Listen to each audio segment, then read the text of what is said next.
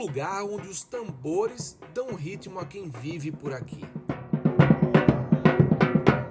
A terra onde o sol se põe no mar, Salvador do Farol da Barra, do elevador Lacerda. E daqui também é o escritor brasileiro mais traduzido para o chinês. Autor de 37 livros, Jorge Amado viveu nesta casa por cerca de 40 anos. Foi o local que ele escolheu para ser depositadas as suas cinzas. Hoje, nós vamos conhecer um pouco mais da vida e da obra desse escritor brasileiro tão amado pelo mundo.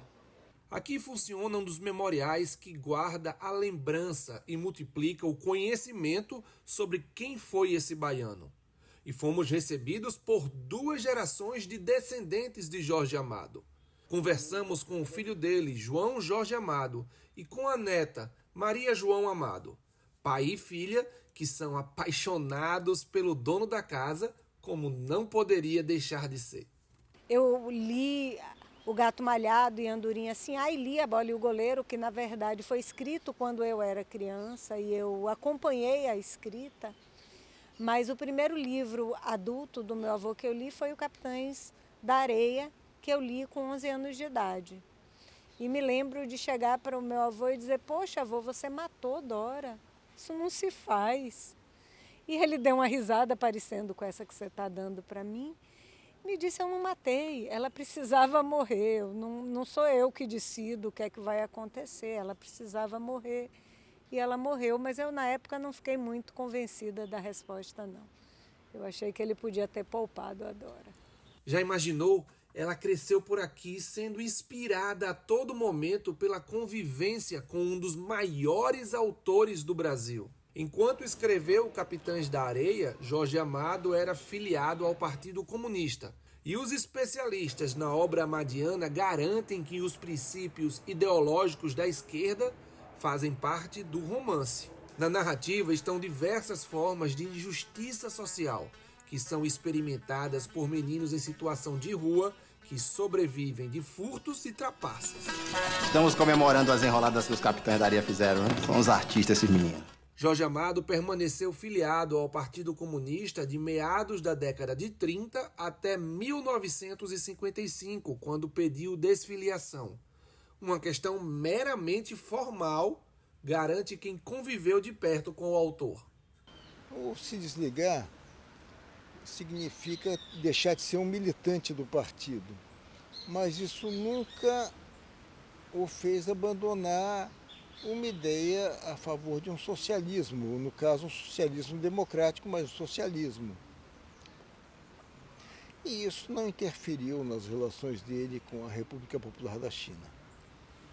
É o pensamento também de Gildeci Leite, professor de literatura da Universidade Estadual da Bahia, que estuda as características do texto do escritor. Quando Jorge Amado rompe com o partido, ele não deixa de ser comunista, não deixa de ser socialista, não deixa de pregar pelas liberdades individuais e coletivas. Jorge Amado foi casado com Zélia Gattai, sua companheira por 56 anos. Foi com ela que ele foi à China por 3 vezes e coube a Zélia escrever os artigos narrando e descrevendo como foram essas viagens. O número de bicicletas havia aumentado imensamente. O número de automóveis crescera também. Os rickshaws transportando passageiros, puxados por um único homem, fazendo de animal de tração que tanto nos impressionaram nas viagens anteriores, agora eram poucos. E, assim mesmo, transformados em triciclos, com condutor a pedalar. Passávamos por bairros inteiramente novos, recém-construídos, blocos de apartamentos ainda em construção. Um espaço da Casa Memorial é todo dedicado às lembranças de viagem de Jorge e Zélia. E nessa área histórica aqui do centro da primeira capital do Brasil, conhecida como Pelourinho, existe um outro espaço dedicado a cultivar a memória de Jorge Amado. O lugar é multissensorial e faz o visitante respirar o autor por vários ambientes. Já imaginou entrar embaixo da saia de Teresa Batista para ver um trecho do filme dessa personagem? Realmente a cena que vemos aqui dentro não pode ficar exposta para as crianças. E se debruçando nesse balcão, damos de cara com o cenário da história de Dona Flor e seus 2 maridos. Acendendo velas nos becos, que estão falando alto pelos botecos, que gritam nos mercados, que com certeza está...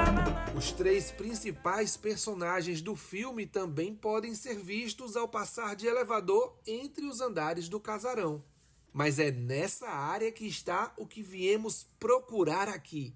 Um acervo que não fica exposto aos visitantes, somente aos pesquisadores que agendam as visitas. A função principal da casa é ser um arquivo, é ser uma área de pesquisa, tá? Então, assim, sim, boa parte dos nossos esforços é destinado aos pesquisadores. Então, a gente digitaliza o acervo, disponibiliza no nosso site, com a perspectiva de fazer uma pesquisa, tanto virtual, por meio da internet, ou vir em loco e fazer a pesquisa aqui. Tá? O acervo, a gente tem um processo de digitalização desse acervo.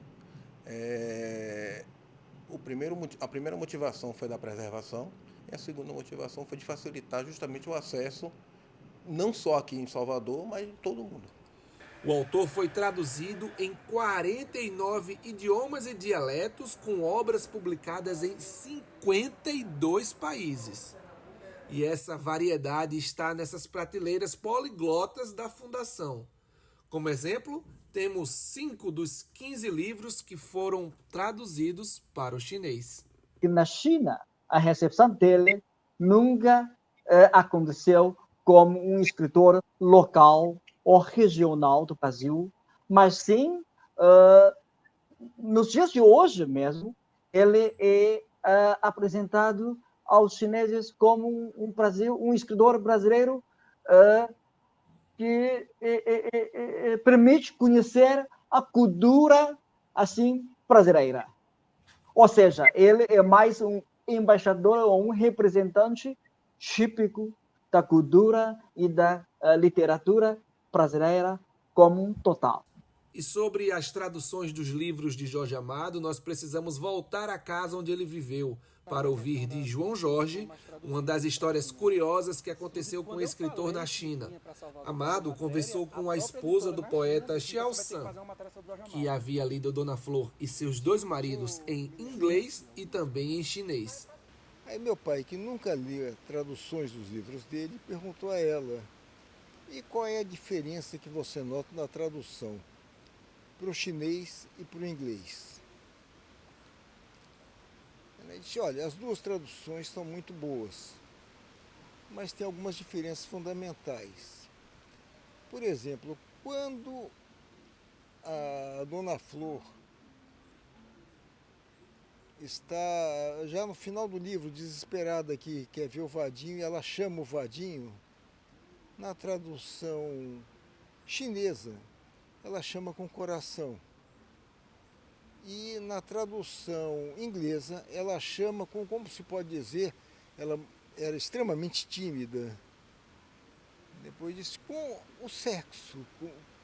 O professor Gildeci Leite explica que 2 das principais características da obra de Jorge Amado é o culto à liberdade e a representação do oprimido. E ele explica como uma obra regionalista que trata sempre sobre assuntos tipicamente nordestinos, mais especificamente ainda da Bahia, torna-se sucesso no mundo todo. Você pode falar do seu local, mas fazer com que seja tão bem feito, com temas universais como o amor, a luta pela paz, a luta pela igualdade, e que isso transcenda as barreiras e as fronteiras, mesmo num período em que nós não tínhamos o apoio das grandes redes sociais, né? Jorge Amado é esse cara que consegue ser universal num período que você não tinha a tecnologia que tem hoje de apoio. Da Roma Negra, cidade da Bahia, Salvador, a cidade amada de Jorge, o amado escritor, Luiz Boaventura, em uma coprodução entre o Diário de Pernambuco e a Rádio Internacional da China.